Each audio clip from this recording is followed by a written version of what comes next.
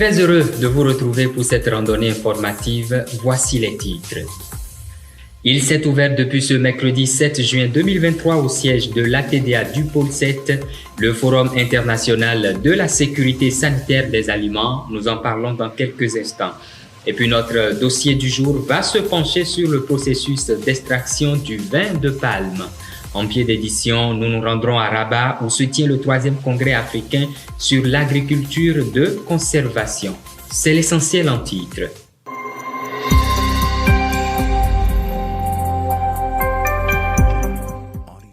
Bienvenue à toutes et à tous. Météo oblige. Cette semaine, il fera en moyenne entre 23 degrés Celsius et 29 degrés Celsius. Les températures minimales seront comprises entre 23 degrés Celsius et 24 degrés Celsius, tandis que les maximales seront comprises entre 28 degrés Celsius et 29 degrés Celsius. Le vent soufflera à 18 km par heure de moyenne. Les rafales pourront atteindre jusqu'à 28 km par heure. Venons-en à l'actualité. Le ministre de l'Agriculture, de l'Élevage et de la Pêche, Gaston Kossi-Dossoui, a procédé au lancement officiel de la 4e édition de la campagne de plantation de plants de palmiers à huile subventionnés. C'était vendredi 2 juin dernier dans le village de Poto, dans la commune de Zanyanando. C'était sur l'exploitation du producteur Innocent Sekou. Au total, 125 000 plants subventionnés ont été mis à la disposition des planteurs de palmiers à huile pour l'installation de 1700 hectares de palmeraies au titre de la campagne agricole 2023-2024. Cela s'inscrit dans le cadre du plan national de développement de la filière palmiers à huile qui consiste à apporter 50% des plants nécessaires à l'installation de la superficie retenue et les bénéficiaires, quant à eux, apportent la contrepartie de 50% tout en s'engageant à respecter rigoureusement les itinéraires techniques de conduite de cette culture. Toujours ce même vendredi, l'organisation 350africa.org, en collaboration avec le réseau des OSC pour le développement des énergies renouvelables et l'ONG Jeunes Volontaires pour l'Environnement, a outillé les acteurs de la société civile intervenant dans le domaine des énergies renouvelables. Ruth Edo pour le reportage. À l'étape actuelle, où la question des énergies renouvelables est cruciale, les acteurs de la société civile se sont retrouvés pour échanger et s'outiller davantage pour la promotion des énergies renouvelables.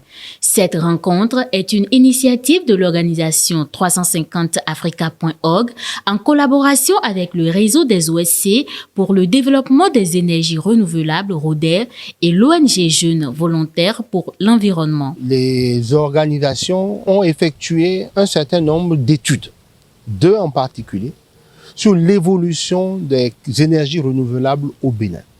Et donc, il s'est agi donc de présenter ces 2 rapports aux différents membres et d'avoir une analyse critique. L'idée, c'est de former les ONG qui, de façon individuelle, font des choses, de renforcer leurs capacités, mais de les mettre ensemble pour évoluer désormais comme un groupe.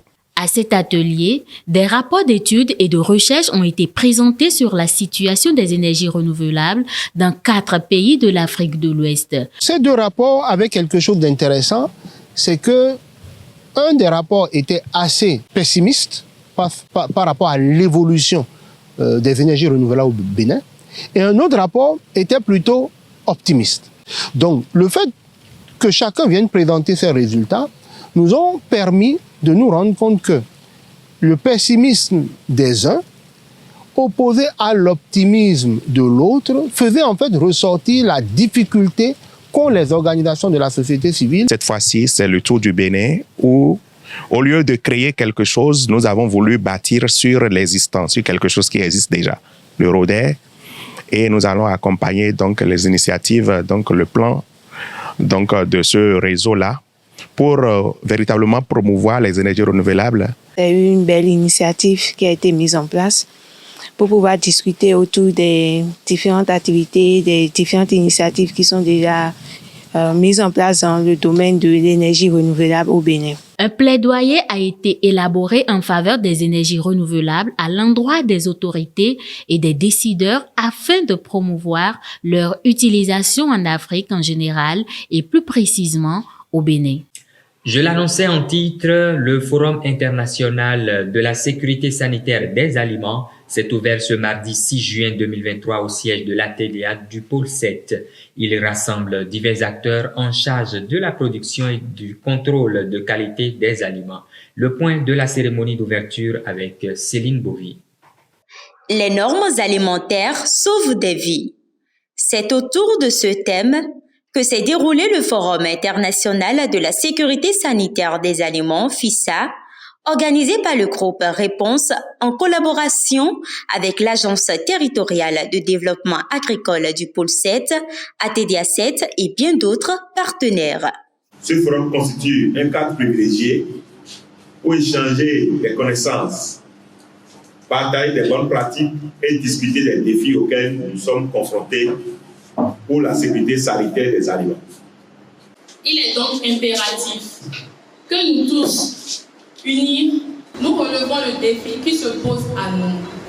Au cours de ce forum, nous aurons l'occasion de participer à plusieurs activités. Ce forum n'est qu'une infime partie de la 5e célébration de la Journée internationale de la sécurité sanitaire des aliments. Des panels et une foire agroalimentaire ont fait suite à cette célébration. C'est pour la publicité. Je suis très contente de participer. J'étais vraiment contente parce que il faut toujours être en permanence dans la recherche de l'information pour mieux s'améliorer. J'étais contente, je me dis, le cours de Stone, non, mais je vais apprendre. Surtout quand j'ai vu le programme et j'ai vu les modules, c'est plus qu'une formation. Donc là, même pour la première journée, déjà, j'ai gagné beaucoup de choses et je vais continuer jusqu'à la fin. J'ai beaucoup aimé. Je remercie toutes les autorités, je remercie tous ceux qui sont en charge pour l'organisation de cette foire et de cet événement, de cette journée mondiale de la sécurité alimentaire que nous célébrons. Cette 5e édition du FISA va connaître son épilogue samedi 10 juin prochain, après avoir agi pour prévenir, détecter et gérer les risques d'origine alimentaire et ainsi contribuer à la sécurité alimentaire au Bénin. Le vin de palme est une boisson alcoolisée obtenue par la fermentation naturelle de la sève du palmier. Son extraction se fait d'une manière particulière. Oyeyemi Agani en a été témoin. Voici son récit. Des palmiers déjà abattus sous lesquels sont placés les dispositifs d'extraction du vin de palme, une boisson très appréciée. C'est à cette tâche que s'adonne Florent Rungbeme au quotidien. Délai do plopodo, nueneton, azayena blodo comme buena dodina, pas un ou deux l'oledion, des mois et des pevi et soa, et l'oledion, et n'amblo au moins semaine au pot adare. Buena de kona e maya blo mo an di onon ledo problem pede ene ngudo de gaga de do edo hin eze hin de bonana de o de ne ye mu ene o elni dion wa yin azan tenwi ido an de kona e ma mo ena legbledo de ho me e la mu de o asiovi mi na mo asiovi na mo kian pa ma mo anli Bono na domu dione. Ego sin de mu okon bonawa ina de kona ina lemo agan pa mramo asiovi emu dio rovonu asiovi na de konu dio. Asiovi vovo e. Mi go sin ikode nu dio kon bonawa ina donu dio. Minamo jivi mina yolo atanpaji eye o jivi de we boy sono wazo de zena pa dio a. E maman en anglais et si ho attend jivio no zombo si on entend mais jivio ne en kodo aglan pa e no de fi de na blog mo ala na jijan yon azo no e aglan pa no wa blog mi na mo nde no ide mi no yolo boye e we no ton do na o mi on se ti o de me. L'extraction dure selon le rendu du palmier. Cela nécessite aussi un entretien permanent et un suivi rigoureux. Au moins, journée de poumon et webio, 2 litres ou bien 3 litres. Et à nous, mais au